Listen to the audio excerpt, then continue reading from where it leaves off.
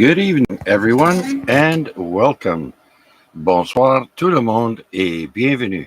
This is Victor Alpha 3 Charlie Juliet Zulu, opening the Amateur Radio Exchange Group Net, also known as AREG, for Wednesday, November 6, 2024. My name is Chuck, and my station is located in East Hamilton, Ontario. This net is on every Wednesday night, starting at 8 p.m. and ending around 10 p.m. local time here on 146.430 megahertz. And since this is a Simplex net, not everyone will be able to hear everyone else. So I also stream the net on YouTube so people who tune in can hear stations that they cannot hear on their radio, hear how their audio sounds on the air, and see their signal strength, as well as see my station layout. And so just type my call into the YouTube search box. Again, that's VA3CJZ, and look for us live. Or tonight we'll have the title AREG Week 1625. Finally, I ask that you please leave a 1 second delay at the least to allow other stations to break in if need be. Now, are there any time-sensitive or mobile or portable stations? Please come now.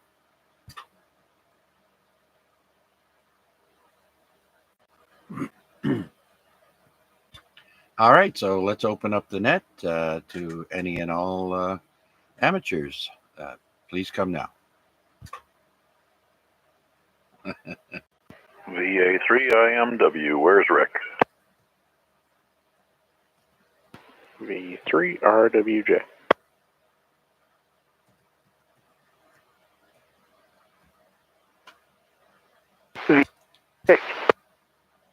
Oh, who's that last station?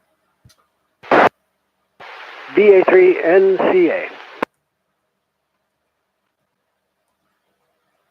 All right, so I've got three of yous there, and Mac, I believe Rick just finished a wake or something, so I don't know if we'll hear him tonight. So I have IMW, RWJ, and NCA. Let's say hello to Mac, VA3IMW.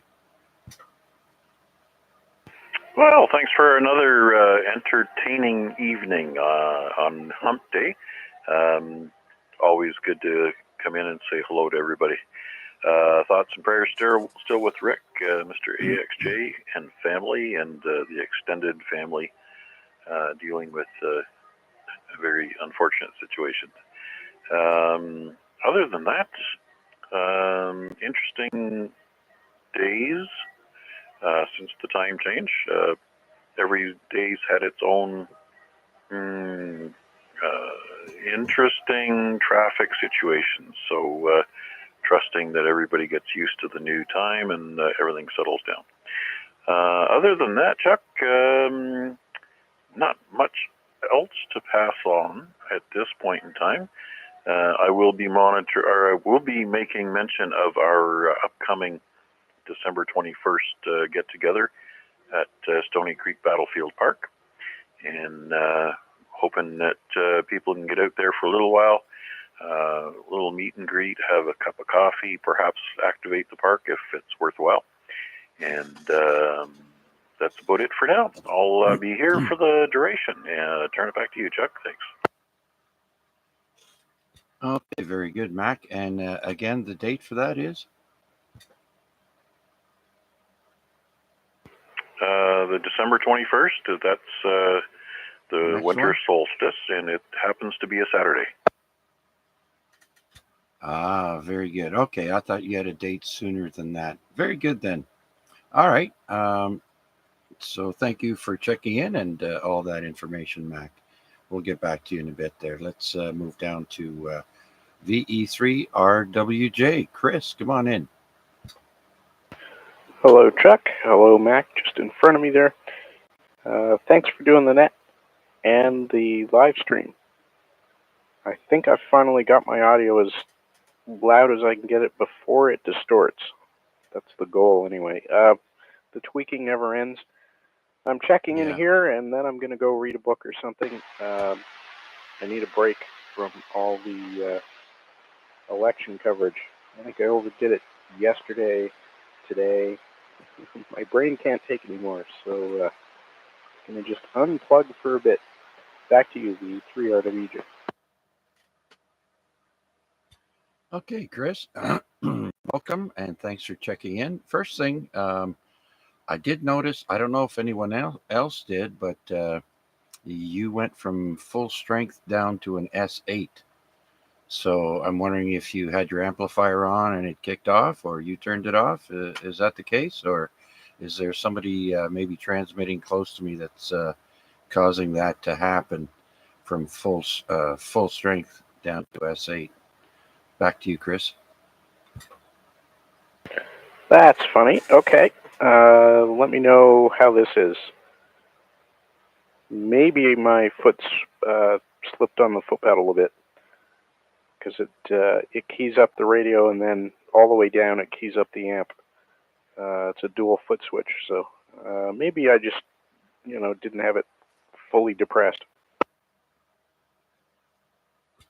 Yeah, okay. I've run into that problem before. They're just catching the edge of the pedal, not quite getting on top of it firmly, and funny things happen. So, okay, very good. I just thought I'd mention that. And yeah, it's a little bit unusual, but like I said, if there's interference near me with someone close by keying up, it does that as well. So I wasn't sure.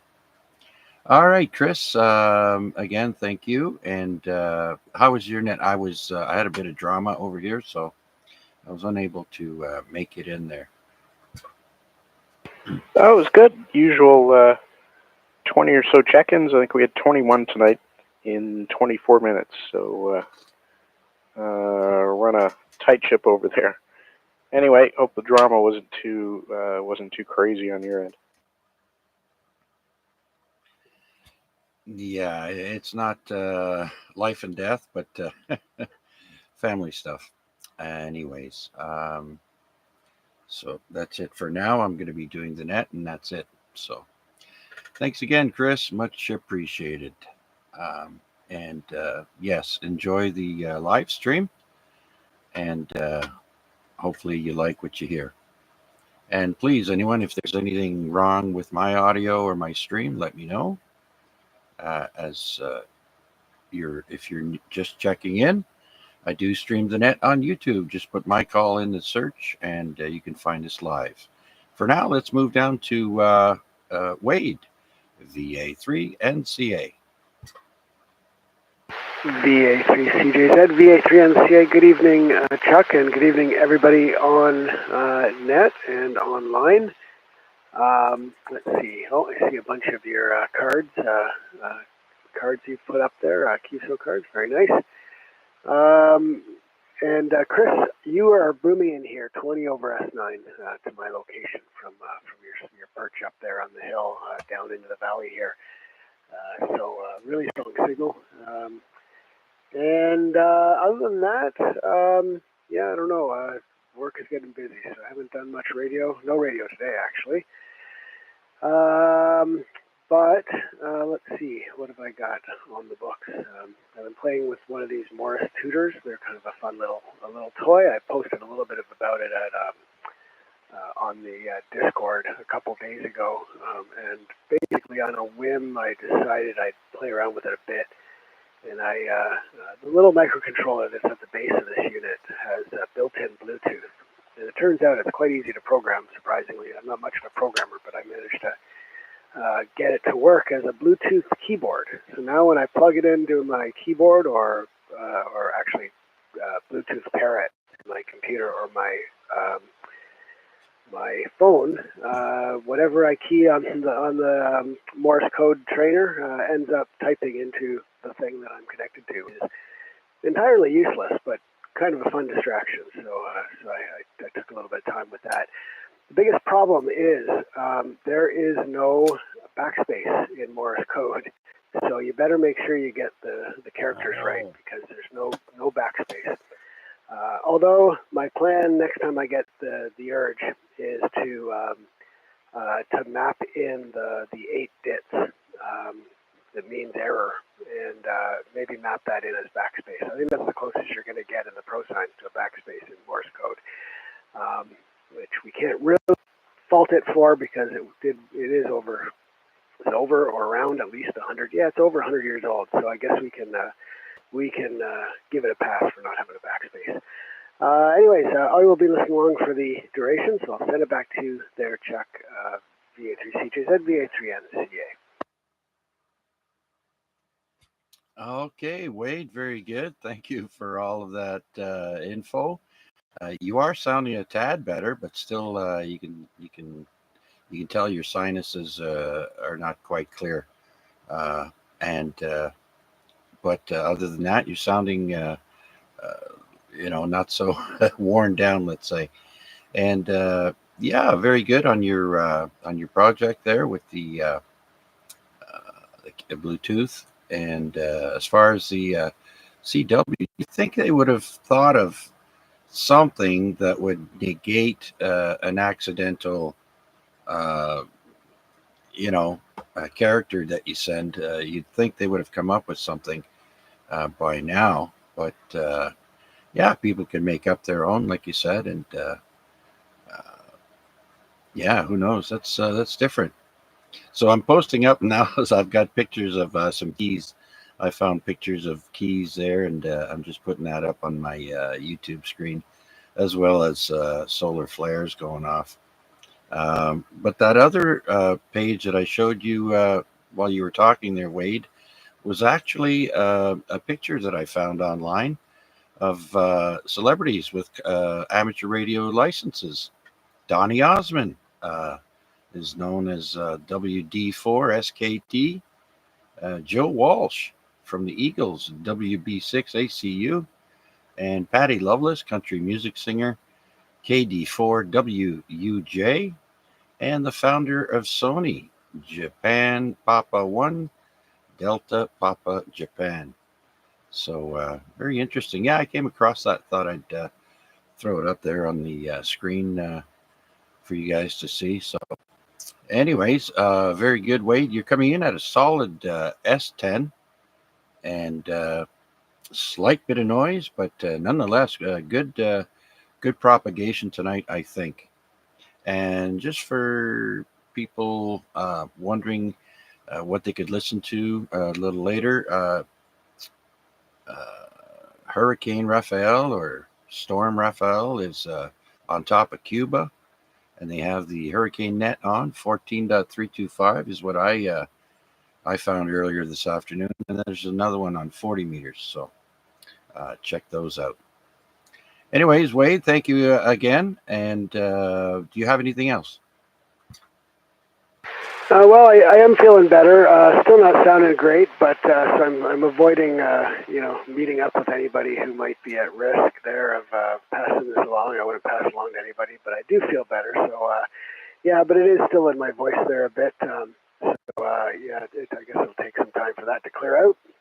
If I talk too long, like I'm at a risk of here, I do end up coughing a little, so I'll cut it short. But you can add to that list maybe a more recent, semi-celebrity at least, Dr. Tamitha Skov. I suspected as much, but I wasn't sure. But turns out she is a ham, and her call sign is Whiskey X-Ray 6 Sierra Whiskey Whiskey.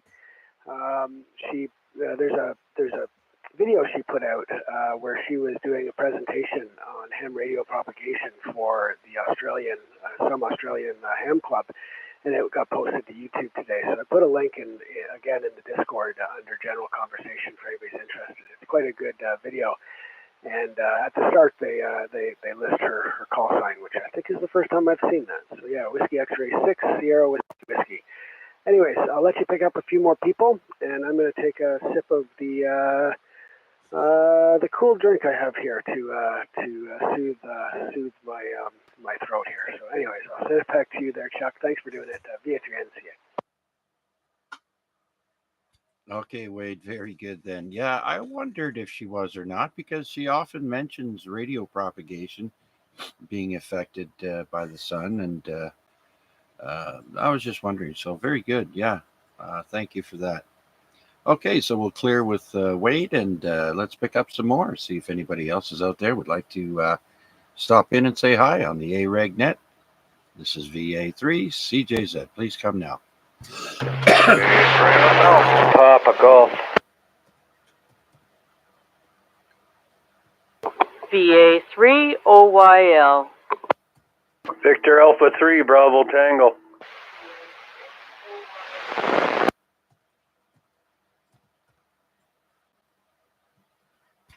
Okay, who was the first station there that doubled? VA3 Papa Golf. That's it. You two came in together. Okay, so I've got NFL and Whiskey Papa Golf, OYL, and Bravo Tango. Let's say hello to Al first. Victor Alpha 3, November Fox Lima. Hey Chuck, how you doing? Earlier around 7, I went on to 446-125. I was thinking it was Thursday.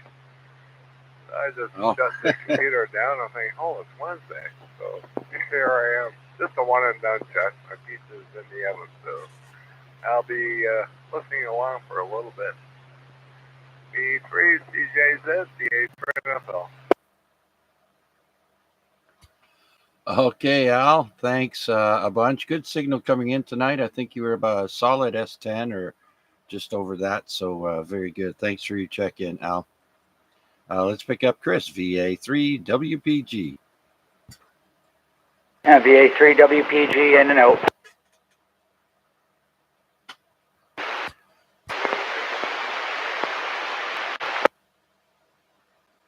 All right, so that's a quick one and done from Chris. And I'm not sure, but I think I heard Rick, or yeah, VA3 VJC. Is that you?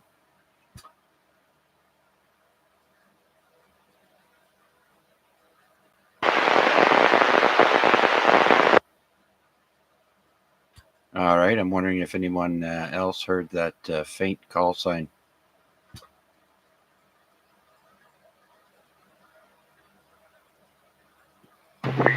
In there, BT? Or was I hearing things? Yeah, BT's in there, but first let's pick up Debbie. Victor Alpha 3, obey your leader. Good evening, Chuck and all on net. I'm happy to be back on the air. I got, with the nice weather, I was able to get my coax running again, and it seems everything's working okay, so I'm happy. Welcome back. Very good, Debbie. Nice to hear you. You sound beautiful, and you're full strength and beautiful audio there. So, welcome back. Thank you. I've been enjoying the deck, and tomorrow I might put Christmas lights up. I might not turn them on right yet, but at least they'll be up. You got to do like me and leave them on year round. Saves you the trouble. But no, we don't have very many lights, so just a stringer, and it's up there. One stringer or a couple of them together. And yeah, so we're not big outdoor decorators for Christmas. We'll put a wreath on the door, and like I said, we'll turn those lights on. But not yet. It's not December. My wife went pretty crazy with the outdoor decorations for Halloween, though, which surprised me. The whole front porch there was all done up, so it was fun, and she had fun doing it. So that's what it's all about. Anyways, welcome back, Debbie. Have you? When did you come back online? Actually, this is the first night, so I had it up yesterday, and I spent today fiddling with the computer and making sure everything worked and doing updates and all that. I have a dedicated computer for my radio stuff, so it hadn't been turned on for a few weeks. Yeah. That's nice. I wish I had a separate laptop or something for just radio stuff. Yeah, that's a good idea, Deb. You giving me ideas there. But we only have the one, and I've got an Amazon tablet, so the Amazon tablet is limited. It's good though. It's a good entertainment tablet. Watch the Instagram and Facebook videos and what that. You can watch live stream, Disney, all that stuff. But applications, it's limited. So, anyways, okay. Well, again, welcome back, Debbie. And if there's anything else, tell us now, and then we'll continue on. No, nothing else. I'll be listening along. Okay, very good, Debbie. Nice to hear you. Let's bring in Albert, VA3 Bravo Tango. Hey, good evening, Chuck, and everybody on frequency. Not much to report here. Just a general bean for the pot, as they say. Just enjoying the weather, too. Hopefully this will stick around for a little bit. We'll hand it back over to you. Yeah, I think tomorrow is supposed to be around, I don't know, 17 and kind of rainy-ish, I think. That type of weather where you walk around your pajamas all day and take it easy.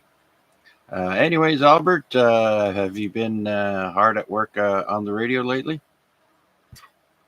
Yeah, just more on the weekends, a little bit in the evenings, but it's the fax machine convention through the weekends, or the weeknights, I should say. Weekends, I try to get a lot of.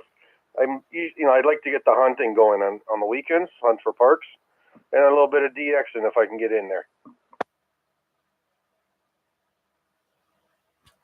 Very good, very good. Okay. Yeah, I know there's some.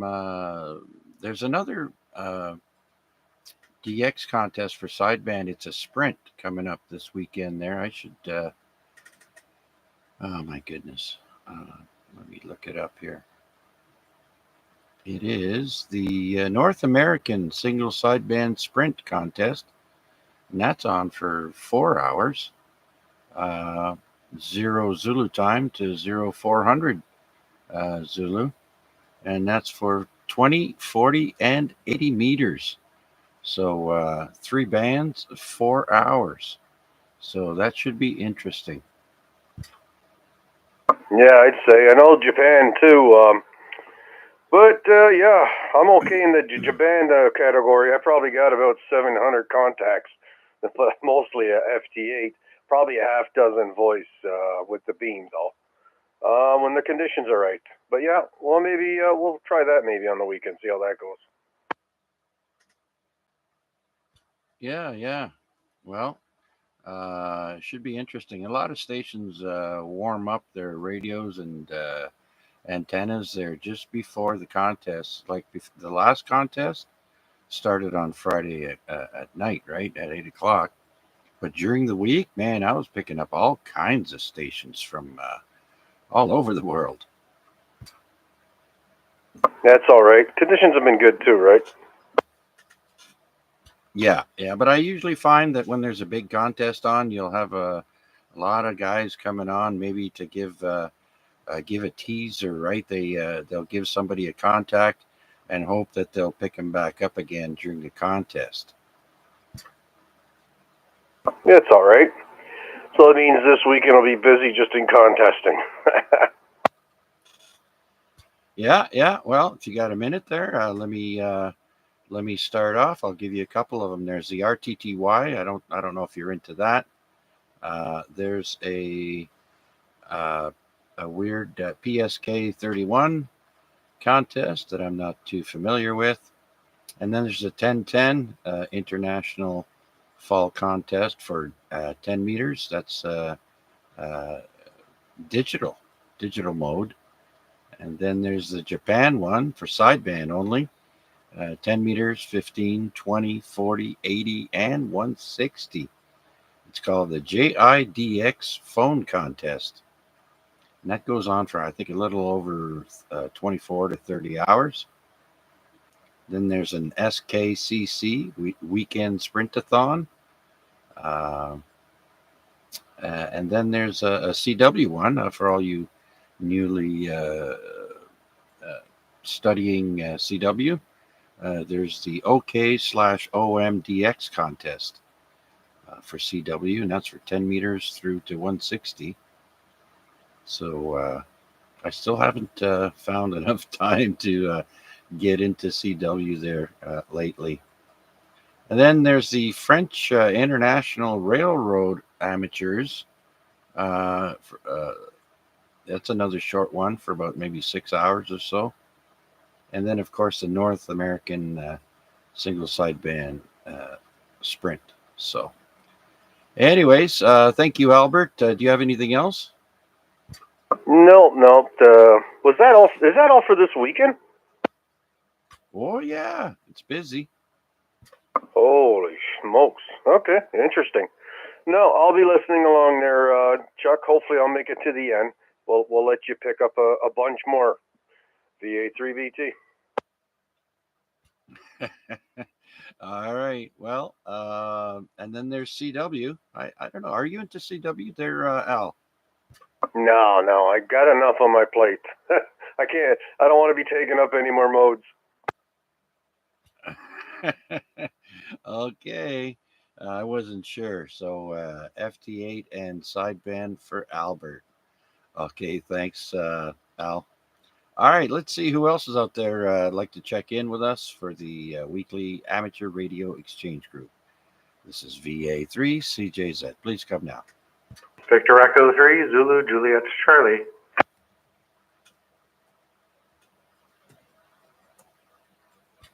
Jason, VE3ZJC. Come on in. How are you?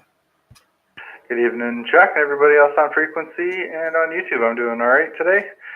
Just a work from office. Traffic was fantastic today coming home. Not being facetious by any stretch. The GPS said it was going to take me almost 2 hours to get home, and it was just shy of an hour. So, and that wasn't taking the 407 there, Al. Just saying. Other than that, Pierre was goading me into buying a 7300, so that's definitely on my radar these days. And yeah, not much else going on over here. Chuck, how about yourself? Hopefully everything is well. Yeah, everything's going well. I just can't afford anything but window shopping for me for radio gear. But yeah, good for you. I mean, if you've got disposable money, then by all means, get all the toys you can. But they do add up. After a while, you got to put the brakes on. Sometimes the wife does. So, but anyways. So 2 hours. That's from your work to home? Where the heck do you work? Yeah, the office is at Dixie and Eglinton and Mississauga, and yeah, even with the missus in the car and getting the hovling there, it's usually about an hour going into the office, and depending on what shenanigans are taking place on the highway, it can be anywhere from 50 minutes to, I think the worst we've seen is 4 hours coming home one day. So, and that was just earlier this summer. There was fires in the QEW or something. So yeah, it's commuting's fun, and yeah, I don't love it. Wow, takes me to, well, I was lucky one time going to Barrie there to the technician's place. Took me about 2 hours. Another time took me quite a bit more, almost 3, because we had a detour. I guess there was a big crash on the 400. So I'm guessing there's probably more accidents in the drive home than there is on the drive to work. Is that about right? I'll guarantee you that there's more there's more crap coming home than there is going to work. I'm usually on the road by 6:30 in the morning, so it's usually fairly okay. Coming home, and sometimes there's just no explanation for it. There's a bend in the highway. That's what my wife and I say. Oh my gosh, we're turning to the right, 15, 20 degrees. Everybody slam on their brakes because nobody knows how to drive anymore. Yeah. Well, that's it, eh?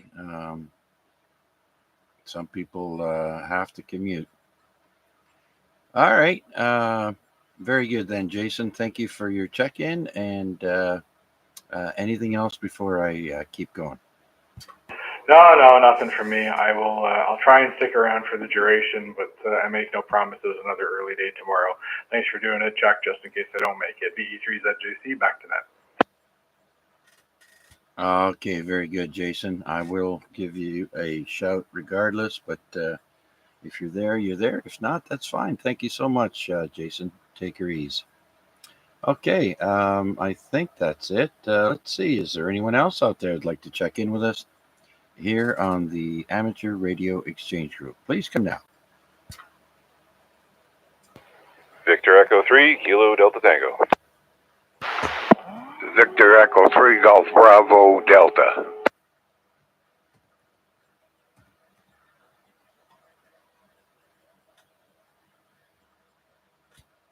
All right, that's almost a. I got two of you there. One sounds like a stranger. I got KDT and GBD. Let's bring in Noel, the E3 KDT. Hey, Chuck. Yeah, just checking in. I don't really have too much to talk about. I mean, I got a little bit further on my DigiPi project that I was working on. And when you mentioned about the Amazon tablet, I was like, that would be a perfect pairing for that. So if you have any cheap tablets or whatever else, the thing works golden. Ah, okay, very good. Yeah, Wade wasn't on there last time we spoke, and he's on here tonight, so he's pretty familiar, I think. Wade, are you listening? VA3NCA? Yeah, I'm here, Chuck.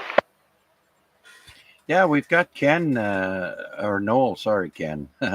Noel, KDT there. He was having, I guess, some issues with his DigiPi. Are you familiar with that? Yeah, I think so. Is that the that's the one from KM6? I don't recall the guy's call sign, but the digipy.org image that you download, is that correct there, Noel?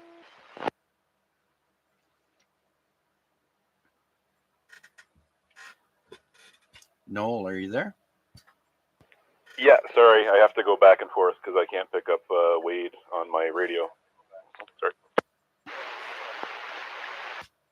Oh, okay. No worries. So did you hear what he said there? So what's your issue? The only issue I got right now, I've tracked it down. It's because I need time code for the FT8. You can either pair the thing to your phone, but I find it doesn't let me then connect to from device to device through my phone. So I found one of the GPS receivers for my FPV drone. Has a serial connection that I can hook up to the GPIO pins on the Raspberry Pi.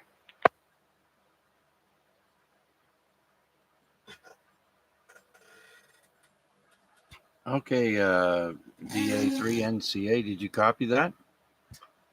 VA3CJZ, VA3NCA. I copied that via YouTube with the timing delay, so I'm not picking up Noel on direct either. But yeah, time sync would be important to FT8 for sure. That's a great solution there, having an external GPS. I did something similar. I have a USB GPS dongle that I got off Amazon. I think it was about $20, and it's just a USB dongle. That works great too, but if you already have one that does serial, that's pretty easy to interface, as I guess you found out, into a Raspberry Pi. So that would work for sure. Yeah, it would also work. You can usually have. It wouldn't work when you go out and about and want to use the DigiPi in hotspot mode, but it will also join a local Wi-Fi network, and at that point, it should be able to get out to the internet and get time. But it sounds like you fixed it anyways by adding one of your drone GPSs. So that's a good way to get it to work for sure.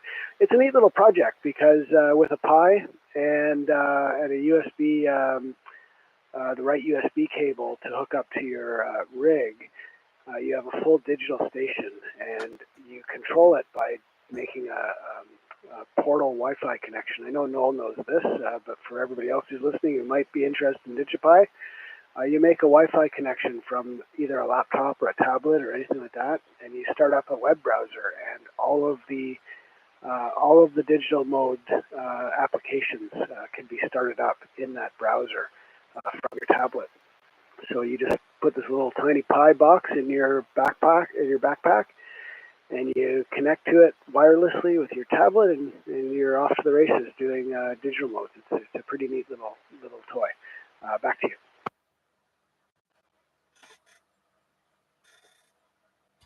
All right, so you guys are using, you're both using the YouTube stream to hear each other. That's I think the first time I've ever had that where both parties are unable to hear one another, but the audio is coming through pretty good on the stream or through the radio here. Anyways, Wade's sounding great, and it should translate straight into the laptop there and through YouTube. So. I'll tell you what, if you guys need to chat about it, go on the YouTube stream there, and maybe you can get some more tips that way. But for now, I'll just go back to VE3 Kilo Delta Tango, Noel, and see if you've got anything else for us, and we'll just keep going. No, I don't have anything else. Thanks for running the net then, and I guess I'll pass it back over to you. It was a good explanation there by Wade as far as how that thing works. Like I said, I was into it because I don't have like a Windows laptop that I can run the direct connection to my rig. So, but I do have an Android tablet, and it works pretty good. But yeah, enough about that. I'll let you continue running your net. All right, not a problem there, Noel. Always here to help, and usually when there's someone that's listening that can help out, this is a great platform to do that with. So thanks again, and let's move on down to George, patiently waiting in the wings. VE3 Golf Bravo Delta. Haven't had that call sign come in here in a while. Come on in, George. Yeah, it's been a while. Not really much to report. Just come out and have a cigarette. And I remember, it's Wednesday night. Gonna throw on the radio. It hasn't been on in a while. And yeah, actually today is day 46 of not drinking. Oh, congratulations there. My buddy out in Las Vegas just posted on Facebook a few days ago there that he reached 519 days completely sober, and that means no puffing or drinking. So yeah, Same here. No puffing, no drinking. If I get the urge, I'll grab a 12-pack of that Budweiser Zero, have a couple of them. Actually, they taste pretty good. oh, what, they make non-alcoholic beer? Yeah, Budweiser Zero. It's actually 0.0% alcohol and zero sugar. Oh wow, they must extract the alcohol somehow. Oh, that's pretty neat. Because yeah, I remember years ago I used to see in the grocery stores they had cans of non-alcoholic beer, but they weren't any major brands, I could say. So it tastes good. Yeah, actually, tastes like light beer, really, with no alcohol. Well, George, that's fantastic. Glad to hear it, and congratulations, my friend. Keep up the good work. I don't even know how long it's been for me, but it's been quite a while. Except on New Year's, I think we have a drink or something, and then on our anniversary, we'll have a shot or something. So, yeah. All right, very good, George. So, are you back, or what's going on? Oh yeah, I'm gonna be hanging around now. Just had a lot going on, trailer stuff and house stuff, and yeah. But now I'm just sitting back, relaxing. All right, very good, George. Well, thank you for checking in. You are in the log, and you're full strength over here, and nice audio. Thanks. All right, I will be sticking around and listening. All right, very good then. Okay, is there anyone else out there listening would like to check in with us here on the Amateur Radio Exchange Group? This is VA3CJZ. My name is Chuck here in the East End of Hamilton. Please come now. VA3 NFG in the portable. Hey, there he is. VA3 NFG portable. I accidentally put your call in earlier instead of Al's NFL. I put NFG. So now I can officially add you there, Steve, in the portable. Come on in. Oh, very good. Oh, you would have had me in there twice. No traffic here or there, Chuck. Just checking in, general check-in there. It's got about 12% left on this battery, but I have another one available right beside me. It could conk right out. Anyway, hope everyone's having a good evening there. Be a one and done for me. I'm up early, so I won't be sticking around for too long. Maybe another hour maximum. That's about it. Chuck, back to you. This is VA3 NFC. Okay, Steve, 12% on the battery, eh? Okay. I think you were moving a little bit there, maybe, because the signal kept going up and down. So remember, you got to be still when you're transmitting on the portable. But thank you for your check-in, Steve. You are number 11. And I still haven't added the guys on YouTube stream as contacts yet. So I'm going to do that very shortly there. I have Wayne B. out in Mississauga checking in. Thanks, Wayne. And let's see, who else do we have? Well, Wade and both Noel checked in. Jeff, which I believe is VE3 NVY. And then we've got Dylan, KK7 Bravo Victor X-Ray. Thank you very much, sir. And yes, I do recommend the 857 there, Dylan. This is what I run all the time, and it's great. I highly recommend it. Sure, could it have more in there? More upgraded stuff? Sure, but for an all-in-one radio that's 30 years old, I think it does pretty damn good.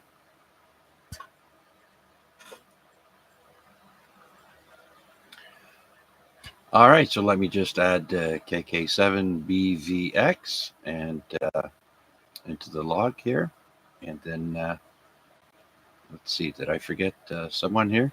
Is there anyone else out there wishing to check in with us here on the Wednesday night net? Please come now.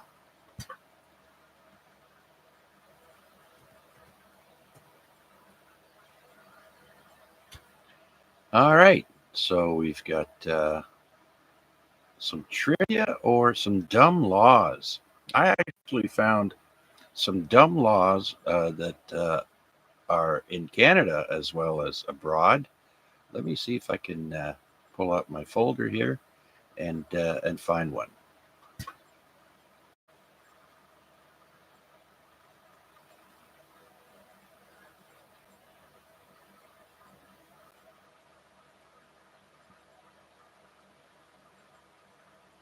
All right, let's start off with here are some unusual laws in Canada.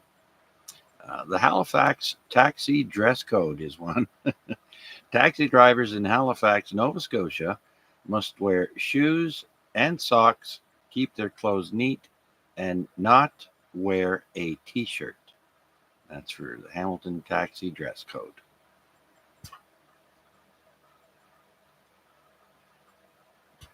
Oh, and here's an interesting one for you people who like to dump tons of coins on people. The Canadian Currency Act states that it's illegal to use more than 25 pennies in any transaction. So don't ask me how old this law is. I don't think it's old at all. I think it's fairly new. But yeah, I've heard of stories and videos of people showing up with wheelbarrows full of coins at a bank. And yeah, you can't do that.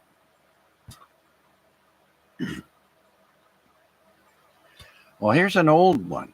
Anyways, I know for a fact because it's the Ontario Innkeepers Act. And it says here, if you own a horse and can't pay your bill, the restaurant can keep your horse and sell it if the bill remains unpaid for 2 weeks.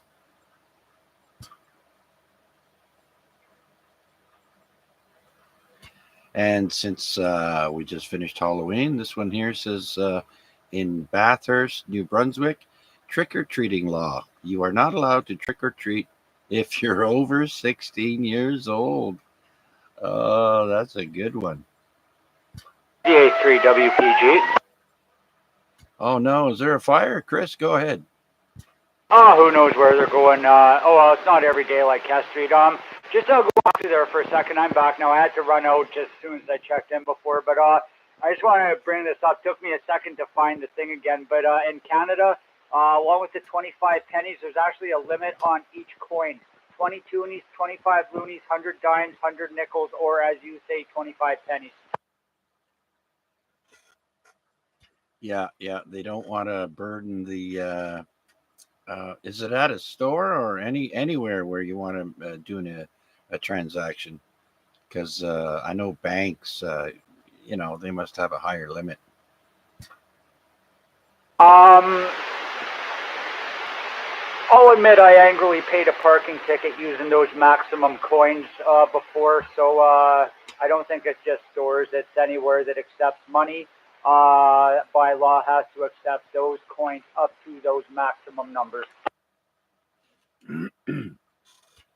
Yeah, but I'm sure if you owned a store and you wanted to bring your money into the bank, the numbers would be much higher. The bank would absolutely take it. But if I owned a store and I wanted to, I could gladly accept 1,000 pennies if I want to. But if I didn't want to deal with it, I could say, no, I don't have to take any more than 25. That's just what the law states that they have to accept. But if they want to accept more, they are more than welcome to do so. Absolutely there, Chris. Well, thank you for that. And remember, if you're over 16 and you're in New Brunswick or Bathurst, New Brunswick, you're not allowed to trick or treat if you're over 16.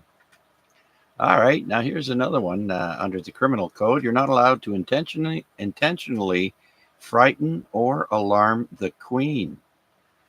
Or you could go to prison for up to 14 years, probably in one of her dungeons. All right, here's a popular one. Montreal's no turning on red law. You must stop and wait until the light turns green before you can make a right-hand turn, and I do believe that's in all of Quebec. anywhere.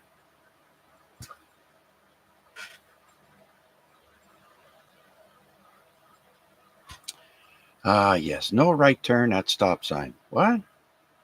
Okay, maple product regulations. There is a set of laws about maple syrup to keep fake maple products off of Canadian store shelves. They don't say what it is, but all right, my last one here. BC law. Until 2002, you couldn't stand up while having a drink in a restaurant. All right. So what do you think? Any comments? Stand and be counted. My very first time at the Sky Dome, back when it was called the Sky Dome, shortly after it was built, I went there for a game, bought a nosebleeder ticket from one of the scalpers outside. It was an $8 ticket, and I paid $12 to the guy. So I took it, and I went straight into the Hard Rock Cafe. Didn't even look for my seat.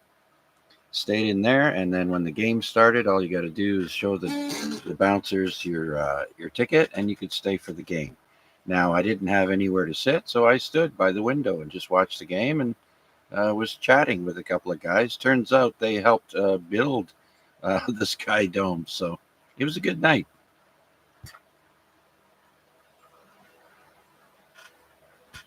$12 for a baseball ticket.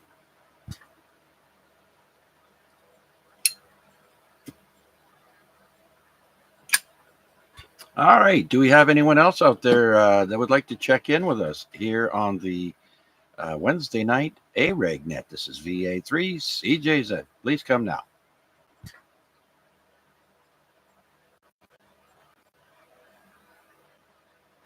All right. So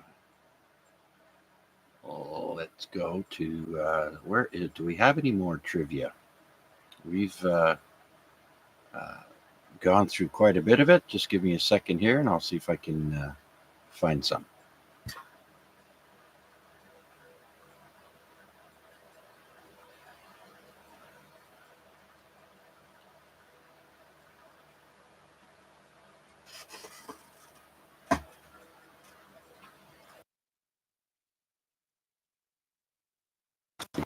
Or it looks like my laptop is slowing down a wee bit there with all the cameras plugged in. Let me see where we are here, because I have one that's got a super long list, and I do cut it off and then move on, so I'm not done with it. So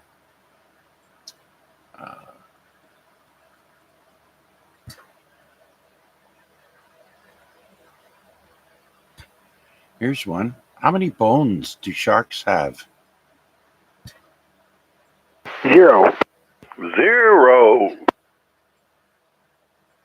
Absolutely correct. It's what do they call it? An invertebrate? They're all cartilage. Yeah, with teeth. I was just reading about, I think the oldest shark is the Greenland shark. I think they found one that was 350 years old or something. And they found a way to cure the meat, which makes it go rancid, so it kills the urea and actually makes it non-poison, but it stinks.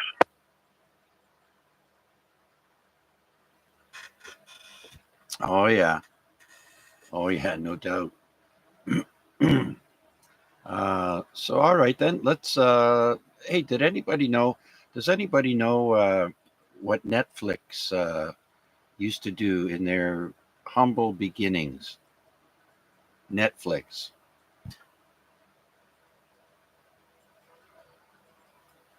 Mail DVDs, VA3NCA.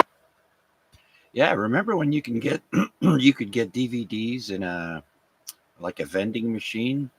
They sort of did something like that as well. And the question here, though, for trivia is, what year did Netflix previously a DVD rental business, introduce its streaming services? So what year did Netflix start streaming is the question.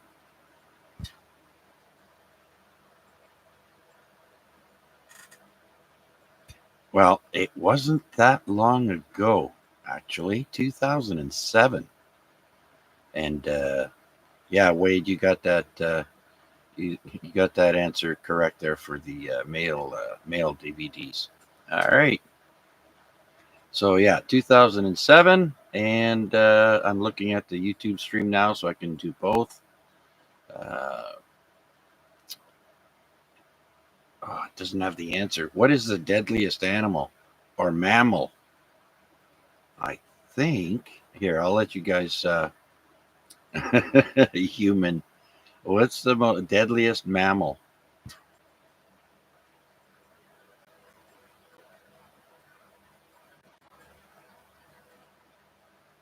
What is the deadliest mammal? All right. Well, the answer is the hippopotamus. The hippopotamus is the world's deadliest large land mammal, killing an estimated 500 people annually in Africa. Hippos are aggressive, have sharp teeth, and can weigh up to 99,900 pounds. Wow. That's a half a ton.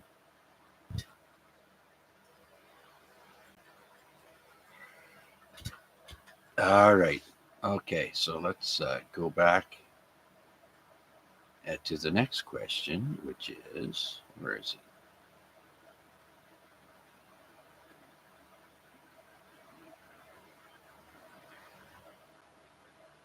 What's the deadliest animal in the world? What's the deadliest animal in the world?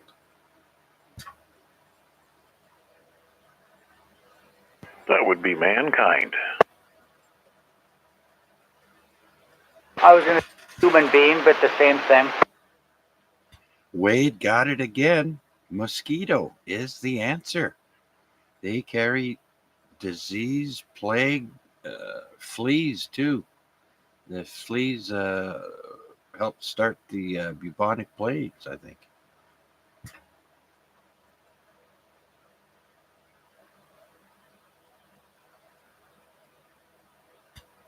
All right, here's a trick question. What's the capital of Singapore?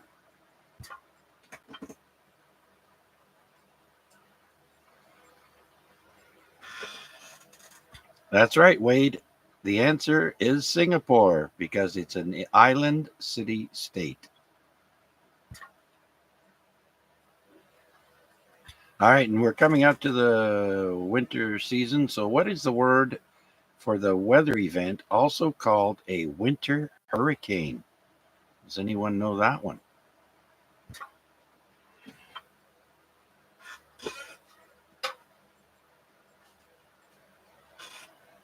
Well, that would be called a bomb cyclone.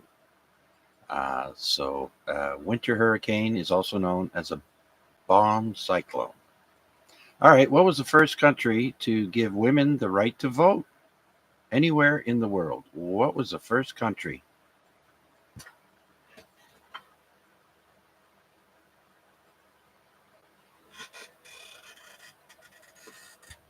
I want to say hello to George.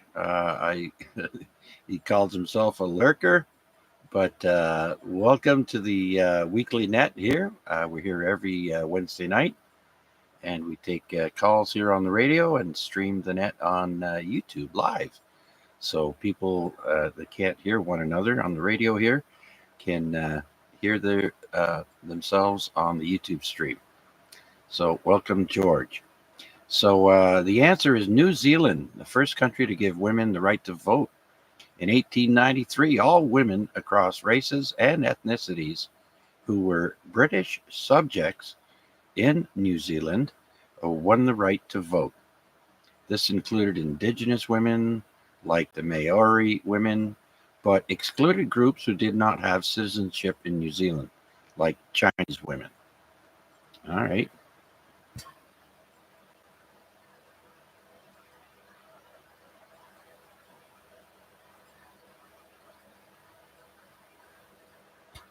In Greek mythology, who was known as the messenger of the gods?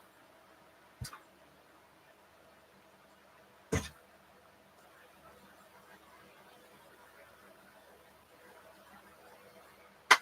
that Hermes? Very good. I believe that's KDT, VE3KDT.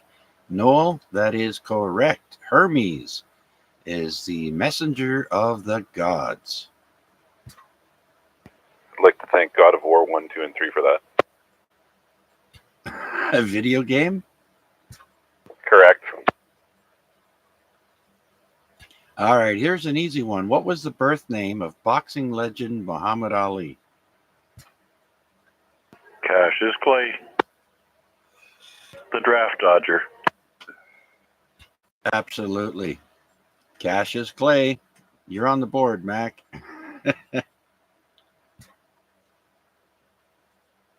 Another easy one. In what city were the first infections of the COVID-19 discovered?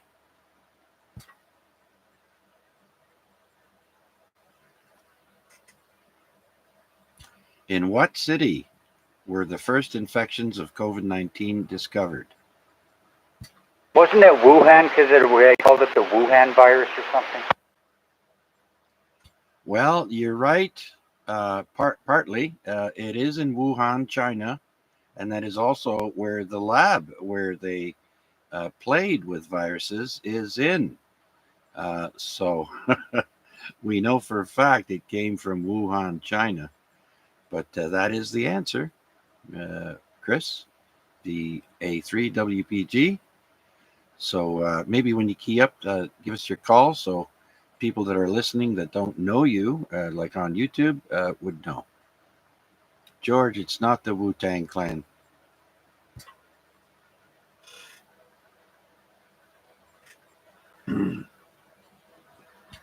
All right. What celebrity was the world's first cloned animal, a sheep, named after in 1996? Dolly Parton. Mac gets another one. And Wade. Way to go. I've never heard of this one. What is the name for the solar event that occurs on March 20th or 21st of each year? What is the name of the solar event?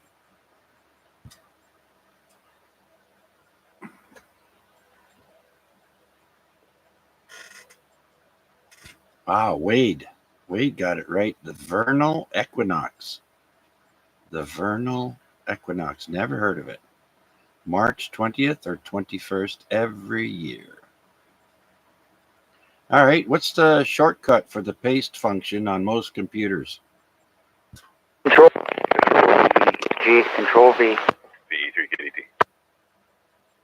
Oh, that was a pileup right there. You all got it right.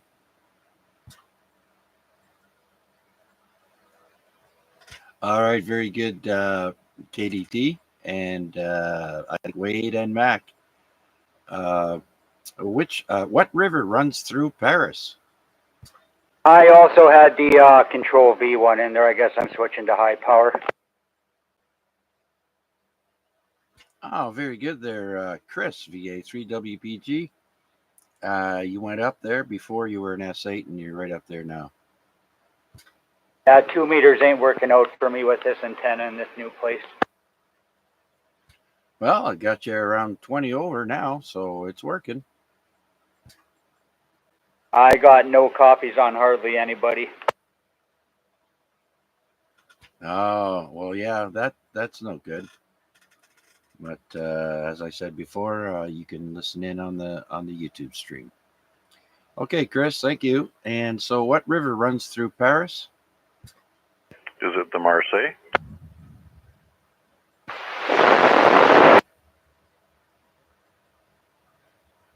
All right. Mac? Did you hear that faint station? I heard a crackle. Yeah, me too. All it did was break the squelch. All right. Well, the answer is the Seine. Seine is the river that runs through Paris.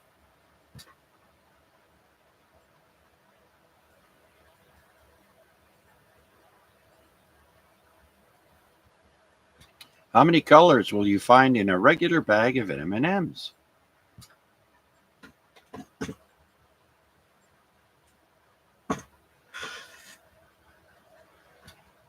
Wade must eat a lot of M&Ms. 6 is the answer, Wade. Correct. The Statue of Liberty was a gift to the U.S. from what country? France. Absolutely. Mac, VA3IMW. And Wade, how many wives did Henry VIII have? One at a time. Wade, you didn't get that one. The answer is 6. I know 7 sounds cool. It makes me think of a movie, The 7 Wives of Henry VIII or something like that. What's the rarest blood type? AB negative.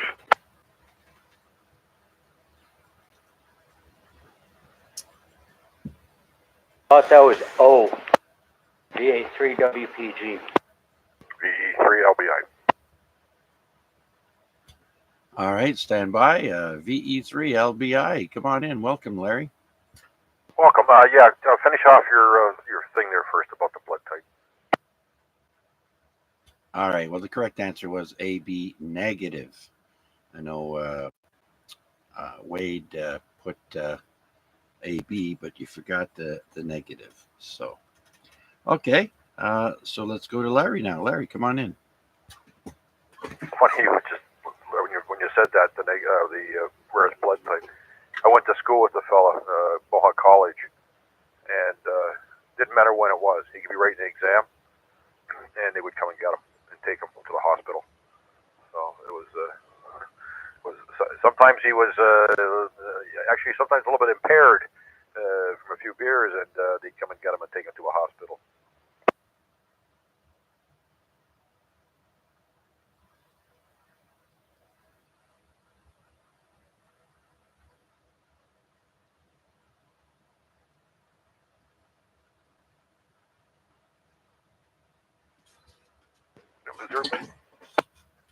All right. Sorry, Larry.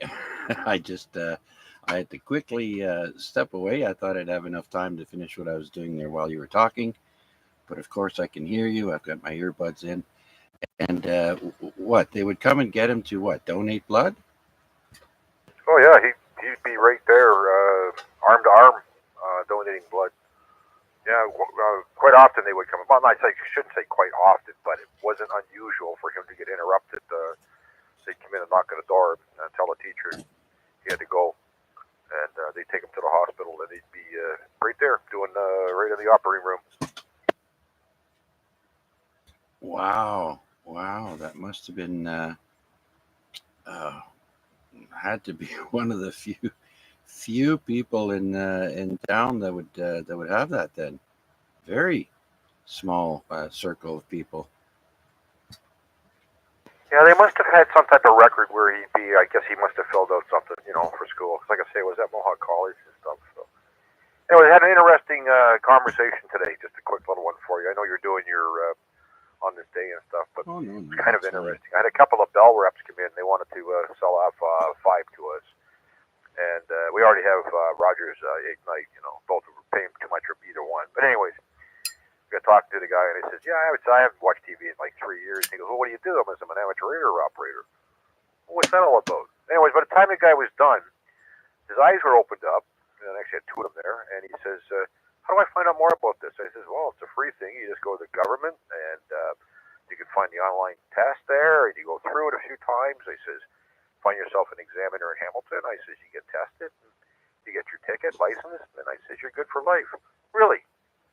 Anyways, it was kind of interesting conversation. We must have talked for a good 10 or 15 minutes. Oh, right on. That's nice.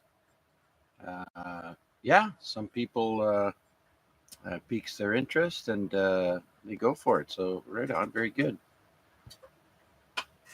Well, I mentioned to him, like when we had the outage with Rogers and stuff like that, no communication. 911 was down. So we were just, just a little bit of a talk about it back and forth. Anyways, it was interesting. So we'll see what happens. Who knows? Maybe another one down the road. Maybe just, he was just there listening along. But like I said, it seemed to tweak a bit of interest in him. Yeah, very good. Yeah, well, you never know, right? You come across people and you bring it up, and they're interested. So yeah, very good. All right, Chuck, carry on. Everything else good around here? Nice, pleasant day. I think it's supposed to start cooling off. But anyways, yeah, carry on with, I think you're doing on this day, you're doing trivia. That's what you're doing. All right. Thanks for picking me up, and I'll be listening along. Okay, Larry. Very good. Thanks. Do we have anyone else out there that would like to check into our weekly net? Please come now. This is VA3 CJZ.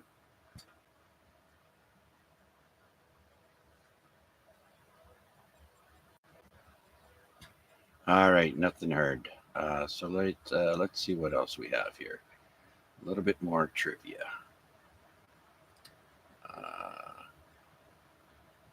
Which U.S. president is featured on the $2 American bill?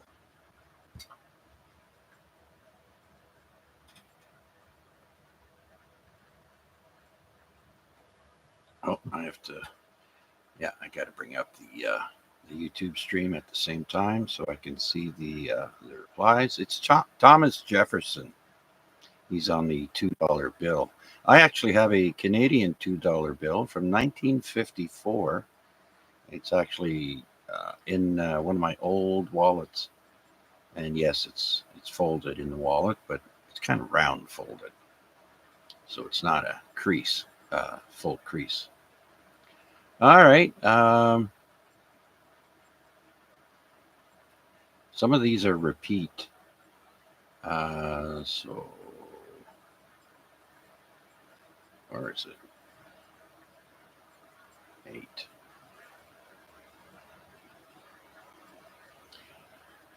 What country has the highest number of citizens over the age of 65?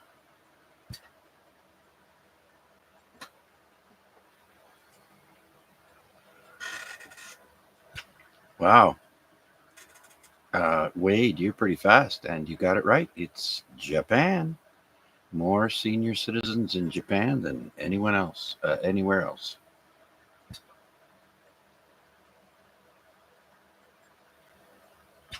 All right. What U.S. fast food chain is credited with introducing the first drive-through window to the masses? What U.S. food chain is credited with introducing the first drive-through window to the masses?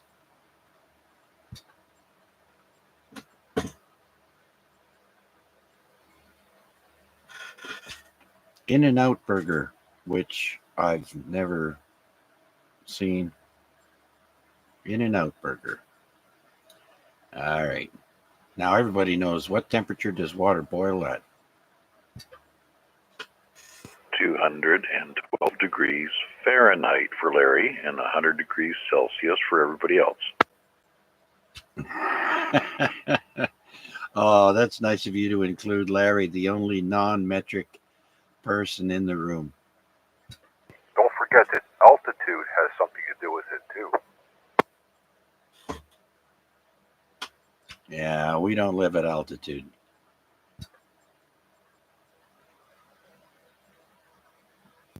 Who's the actress with the longest running TV career?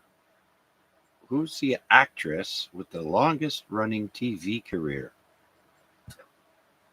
Wouldn't that be Betty White? She was here before the world was created. Actually, Betty White was born before there was sliced bread.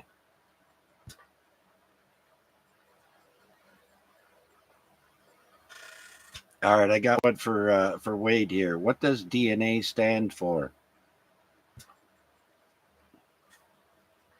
Dinonucleic acid.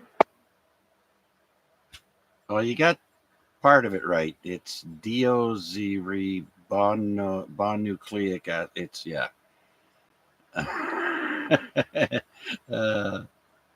Okay. Which is the only vowel on a standard keyboard that is not on the top line of letters?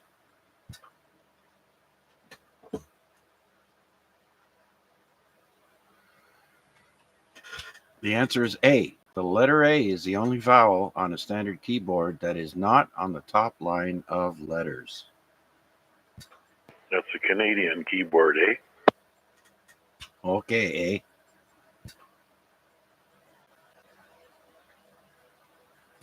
It's the longest running TV show.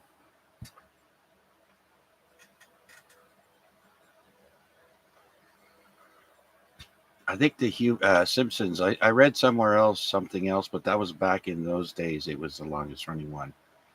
I think that's going to come up on this day. Oh, did you look at the time? It's well, it says here the Simpsons is the longest running American animated TV show. There you go. Okay, last one. Where in the human body is the smallest bone located?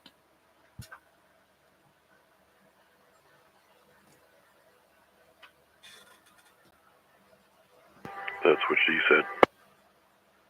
What? Can't hear you. That's right. It's the ear. The smallest bone is located in the ear. All right, that's it for trivia and dumb laws. Hope you enjoyed it. Do we have any other comments, questions, or anyone that would like to make announcements or would like to check into the net? Please come now. This is VA3CJZ. V3BK. VE3BK, loud and proud. Rick, come on in. Hey, how's everybody? Yeah, I've been listening for a little while. I didn't check in before though. But the $2 bill. Here's a good one for you there, Chuck. Why is the U.S. $2 bill not very common? I don't know. Because they used it at racetracks, and general public did not accept that.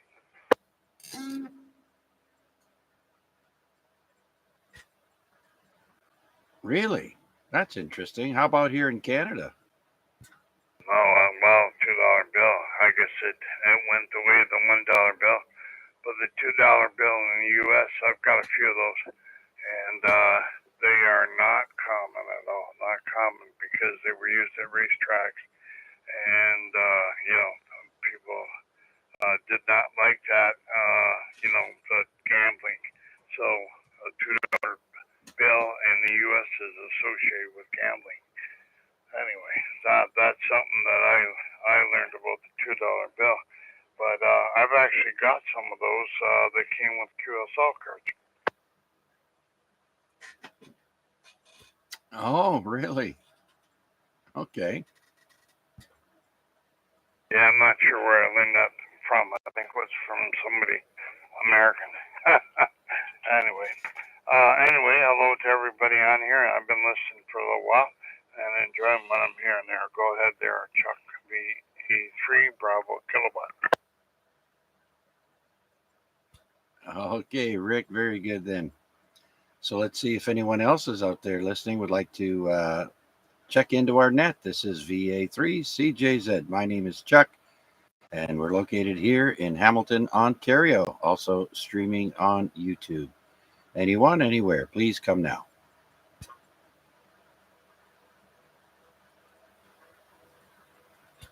All right, on this day, where are we? On this day, Donald Trump was elected president. Anyways, that's all I got to say about that. Because just to let you know that I have a couple more of these election type things that are going to be on this day. So anyhow, we're starting week 193 on this day, and we always start with birthdays. And today we start with Charles Dow, born on this day in 1851. He's an American journalist and economist who co-founded the Dow Jones. And he was also the first editor of the Wall Street Journal. Born in Connecticut, he died in 1902, which would make him around 51. Next, we've got the James Naismith. Born on this day in 1861, passed away in 1939. He's a Canadian-American physical educator and inventor of basketball. Also, he invented the football helmet. He was born in Almonte, Ontario. That's Almont with an E, so Almonte, Ontario.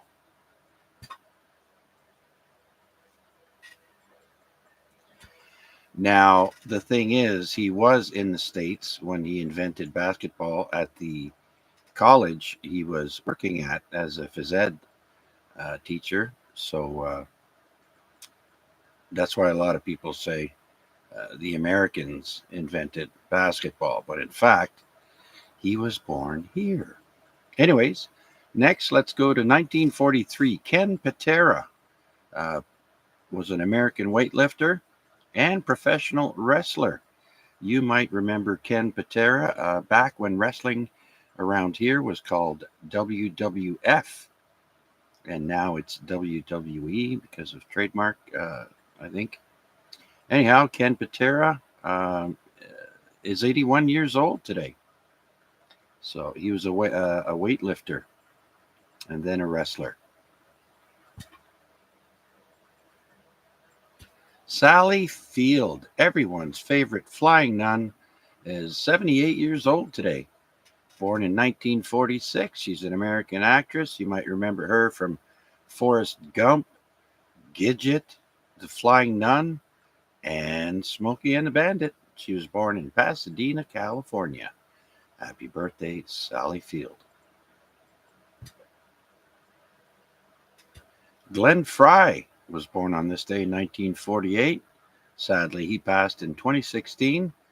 Glenn Frey is an American Grammy Award-winning guitarist, singer, songwriter with the Eagles. Of course, he's a Rock and Roll Hall of Fame member, born in Detroit, Michigan. And I heard lately that the Eagles are still playing, and they're playing in the Sphere in Las Vegas under their residency. A lot of performers go to Vegas and stay there for a while.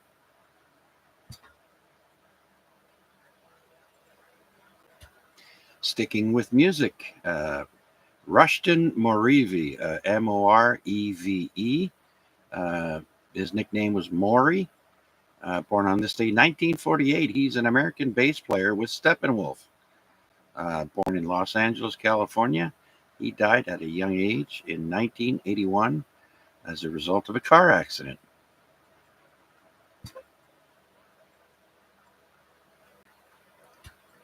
Born today is Maria Shriver in 1955, an American newscaster. She was on the Sunday Today show, and she's the ex-wife of Arnold Schwarzenegger, born in Chicago, Illinois. I think they've got like 4 kids together.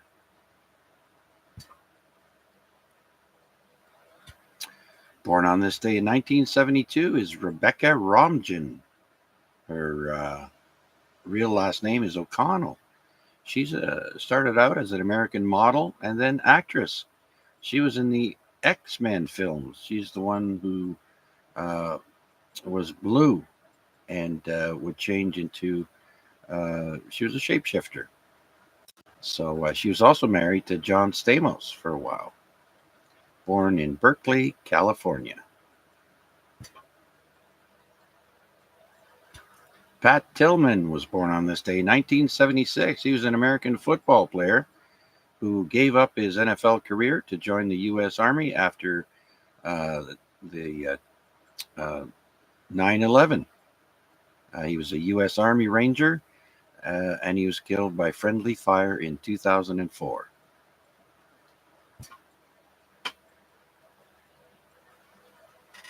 Emma Stone, final one on my list here, turns 36 today.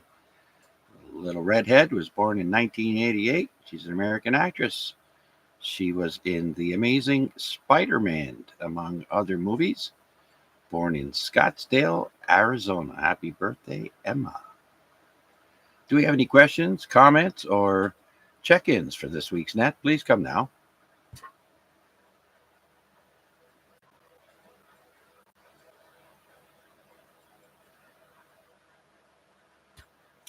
Okay, who died today in history?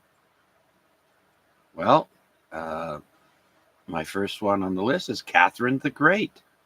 She was born in 1729 but died in 1796 today, and she was a German-born Empress of Russia who expanded the Russian Empire and dies of a stroke at the age of 67.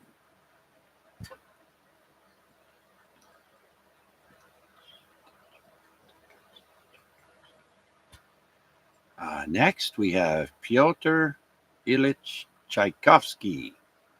Born in 1840, he died in 1893. He was a Russian composer of the late Romantic period. Wrote the 1812 Overture, The Nutcracker, Swan Lake. Tchaikovsky music is very popular in some circles. Dies of suspected cholera at the age of 53.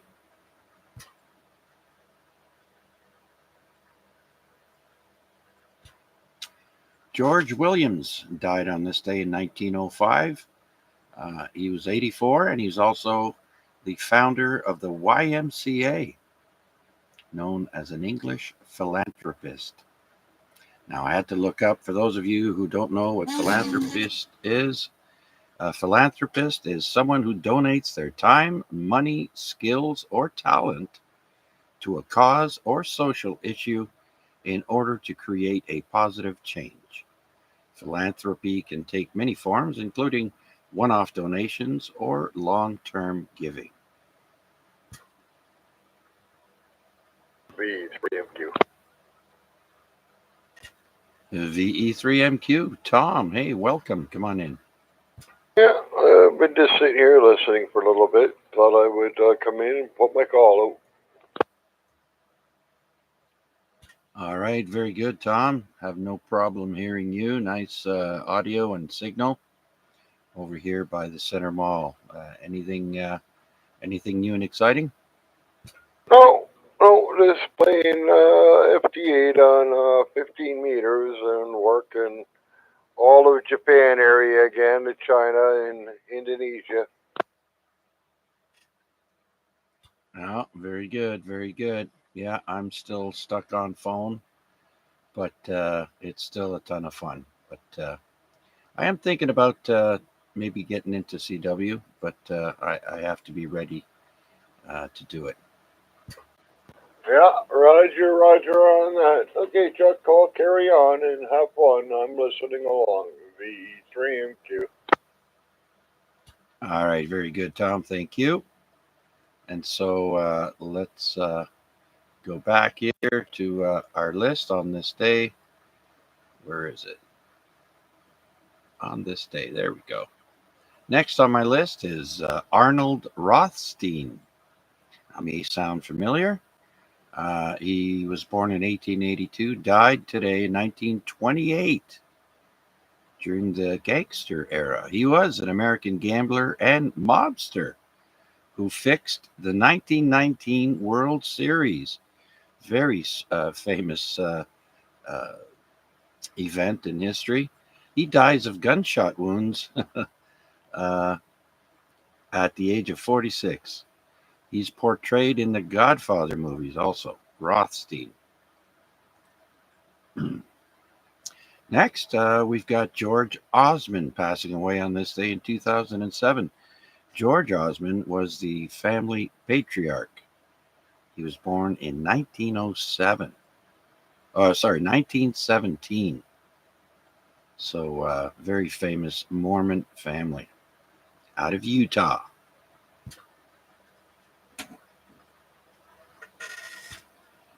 Okay, next in 2014, passing away is Rick Rosas, Rosas.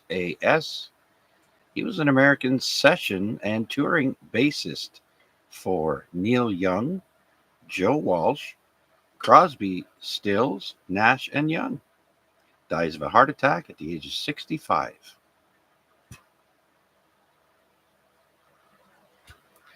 Next is Robert Freeman, passing away in 2019.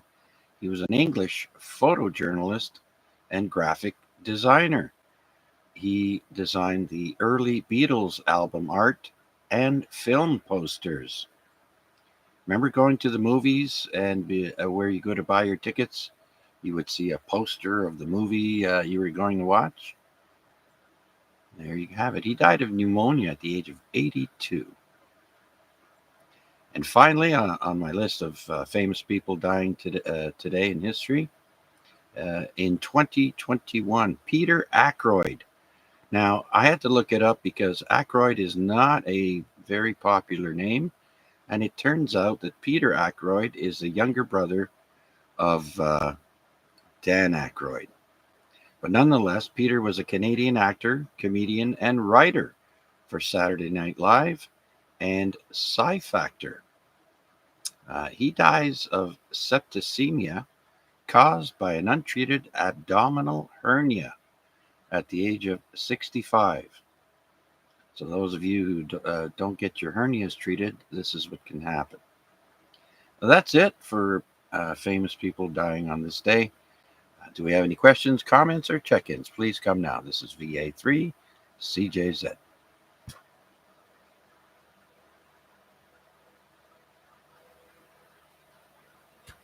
All right, today's historical events. Going back to the year 1528, shipwrecked Spanish conquistador Alvar Núñez Cabeza de Vaca becomes the first known European to set foot in Texas. Only because he was shipwrecked here, it says. So there you go. Yeah, so try remembering that full name when trying to explain it to someone. All right, in 1572, a supernova is observed in the constellation known as Cassiopeia, back in 1572. We jump to 1884 now. Spain grants the Dominican Republic independence, 1844. And the very first Hawaiian fire engine happened on this day in 1850. The first Hawaiian fire engine.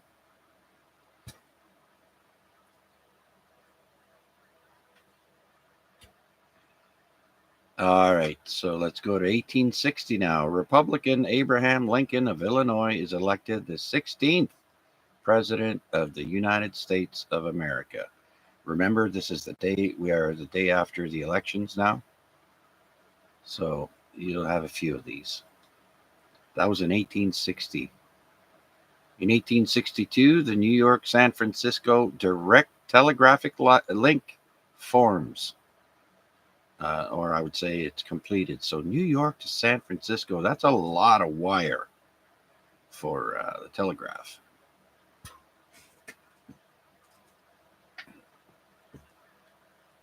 All right. Does anyone know when Canada celebrated its first Thanksgiving Day?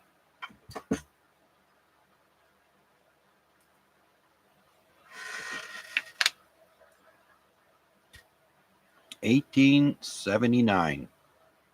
Canada celebrates first Thanksgiving Day.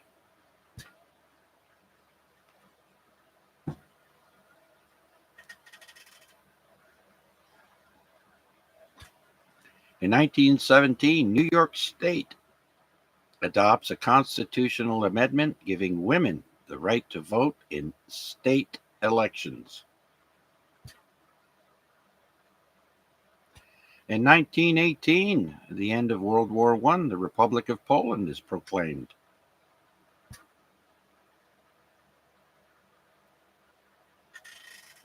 And Hoover is elected president in 1928. He's elected president. He was a Republican, defeating the Democrat candidate. Also in 1928, the Swedes start a tradition of eating Gustavus Adolphus pastries to commemorate the king. I've never heard of such a pastry. Has anyone else? Eating Gustavus Adolphus pastries. Never heard of it.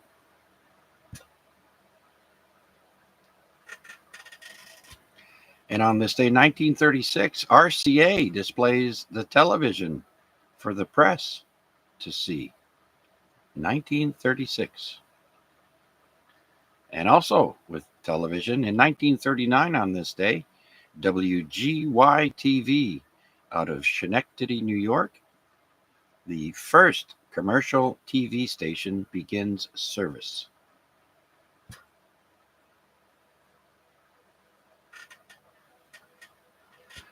All right, this is interesting here. In 1941, the USA lends the Soviet Union $1 million. That's all it says here, but I'll come back to that in a minute.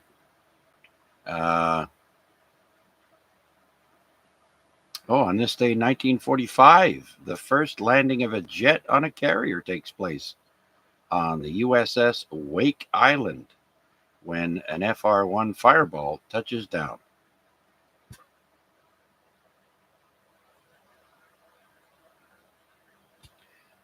Here we go. In 1961, the United States government issues a stamp honoring the 100th birthday of James Naismith, who invented the game of basketball and is actually Canadian.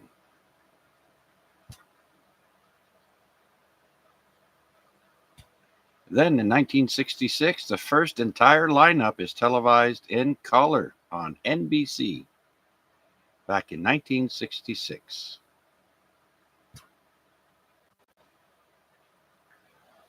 In 1975, the first performance by punk band the Sex Pistols at St. Martin's College, London. First performance.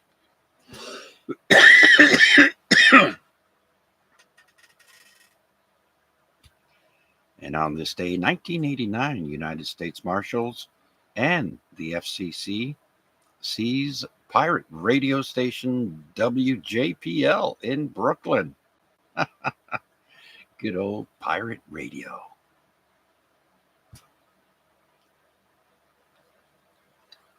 All right, in 1991, the Keck 2, the biggest telescope in use at Mauna Kea, Hawaii.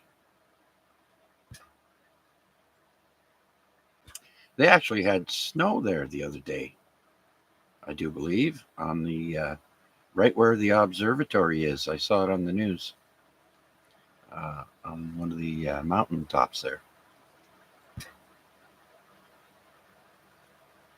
I guess that would be Mauna Kea. All right, also in 1991, the last oil fire in Kuwait set by retreating Iraqi troops is extinguished. Now, I'm also under the understanding that they had to bring in Canadians to put these things out because no one really knew how. So there you go.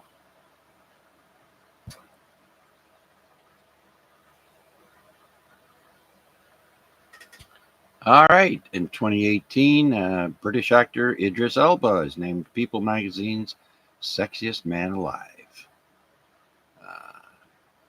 Idris Elba is in a lot of movies, really. Good for him. All right. Now, in 2018, they say human longevity is less than 10% dependent on genetics, according to a study published in the journal Genetics, and that's based on 400 million people from Ancestry.com. So longevity is only related to genetics 10%.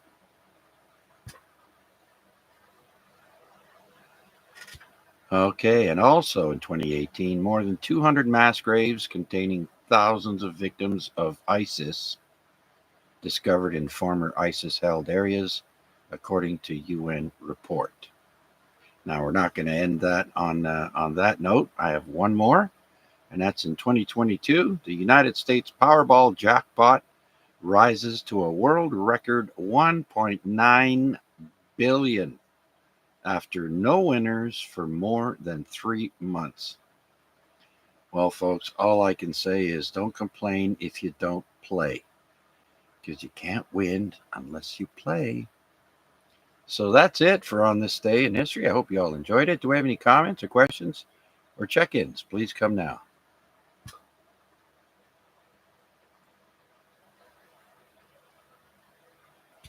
All right, so before I do last round, I'd just like to say my thoughts and prayers go out to Rick and his son and family on the loss of Rick's wife and Rick Sr.'s daughter-in-law. And so I'm sure that's why he's not with us tonight. And so let's go to Mac, and number one on my list, VA3 IMW.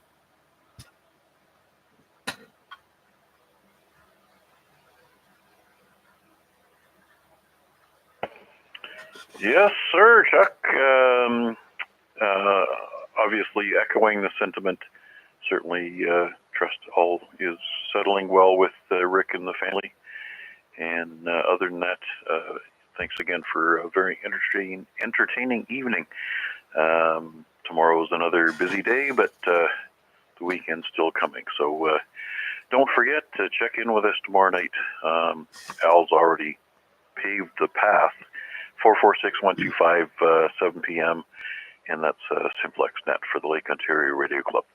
Other than that, 7-3 is one and all, and I'll be going QRT just to get myself ready for tomorrow. 7-3. All right, very good, Mac. And absolutely tomorrow at 7 p.m., as you mentioned, Simplex frequency of 446-125.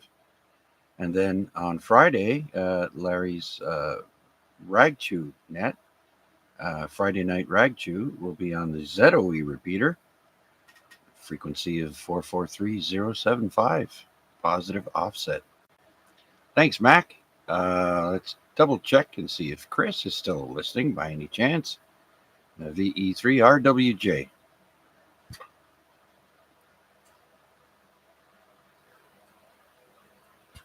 Before I pick up Wade, do we have any last-minute check-ins or wanting to throw their call sign into the net here? Please come now. This is VA3CJZ.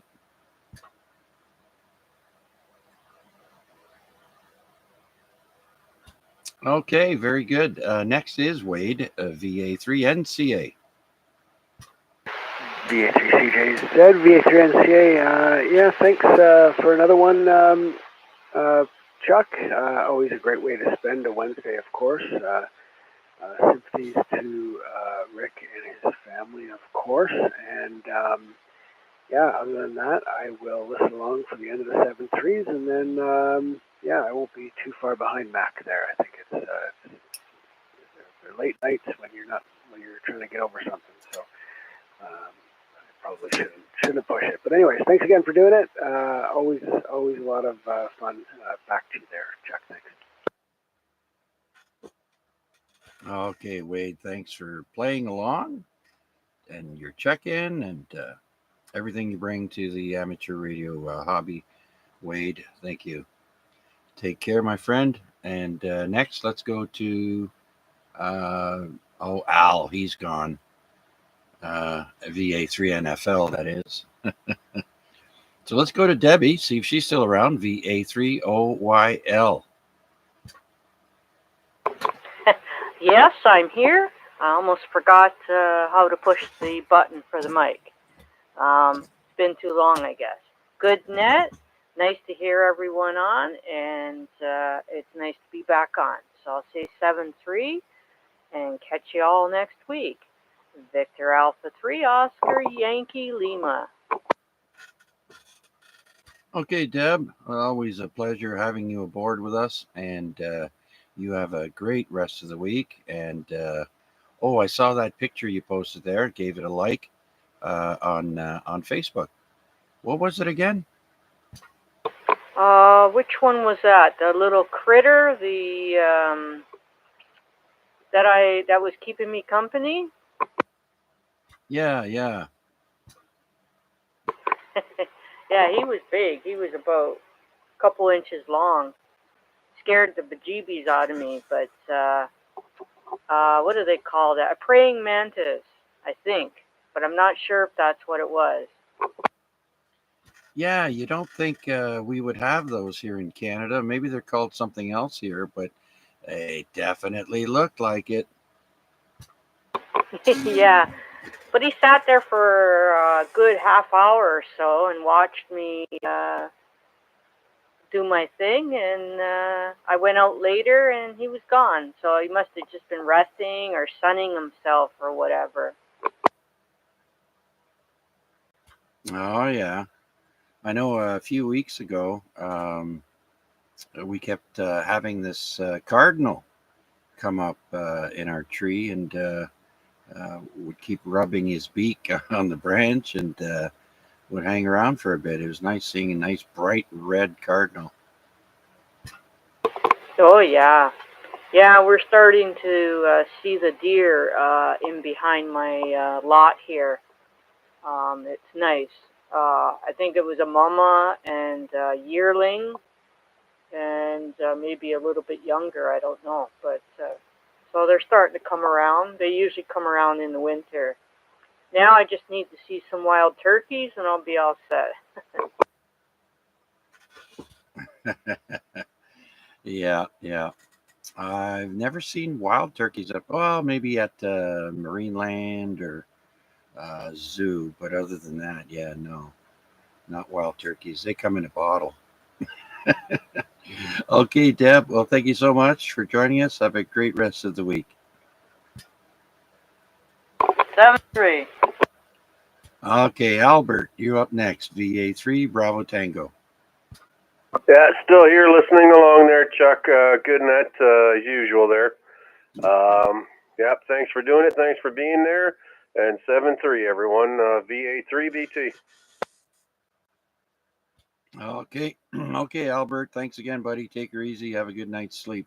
We'll talk to you again soon, I'm sure. VA3 WPG. Hey, VA3 WPG 73. Everybody, have a nice evening. Okay, Chris. Thanks for sticking around. Thanks for checking in. Have a great rest of the week as well. We'll talk to you soon, I'm sure. Next, let's see if Jason is around. VE3 Zulu Juliet Charlie.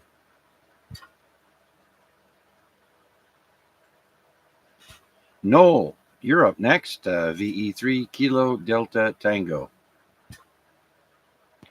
Hi, yep. Thanks for doing the net there. Had a good fun with the trivia and everything else. Same thing. 7-3 is everyone. VE3 KDT. Okay, Noel, glad you enjoyed the trivia portion and participated. That was my goal, to get some of you to participate, and it worked. Glad you enjoyed it, and thank you for checking in, Noel. We'll talk to you again soon. Next is George, VE3 Golf Bravo Delta.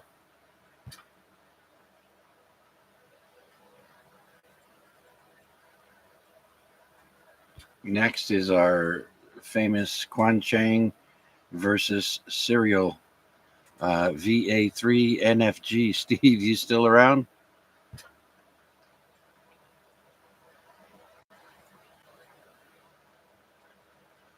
Okay, I'd like to thank everyone who checked in with us on the YouTube stream as well. A few of you I've got here, VA3 FMB, Wayne, thank you so much. And we had Dylan from Newport, Washington, KK7 Bravo Victor X-Ray. Thank you, sir. And next we've got VE3 LBI, Larry. Yep, we're still listening along here, Chuck. Thanks for doing it. I guess you're wrapping up a little early tonight, so it's not a problem. Yeah, for sure. Unless someone has something they'd like to discuss, we just do the 7-3 round and let everybody go on their way. It is a school night for most of you, so I'm sure a couple minutes short, people won't mind. Next, we've got Rick of VE3 Bravo Kilowatt. Yeah, good evening to everybody on frequency. And question for you, Chuck. That picture you had on there with the 5 towers, do you know whose station was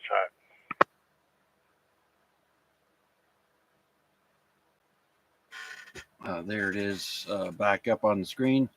That is from Echo 7 Delta X-Ray, or Bosnia and Herzegovina. Nice little shack there amongst all those towers and beams. Pretty neat, huh? Oh, yeah, very nice. Very nice. Yeah, anyway, one other thing. V3MQ told me you worked the Yukon tonight, so you might ask about that. Anyway, so 73 to everybody. Thanks for doing with Chuck. Very interesting. V3PK.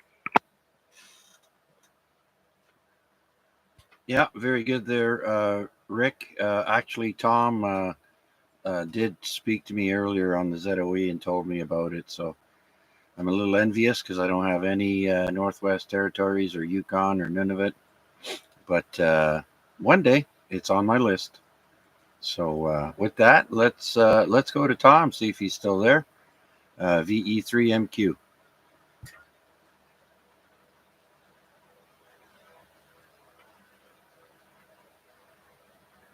All right, nothing heard. Well, tonight, including YouTube, we've got 16, maybe 17. And so there might be more. I think 1 or 2 people didn't have a call sign. And so 17 for the night. That's not too shabby at all. And with that, I'd like to say have a great rest of the week. Until next week, we'll be here. Actually, we'll be here same bat time, same bat channel.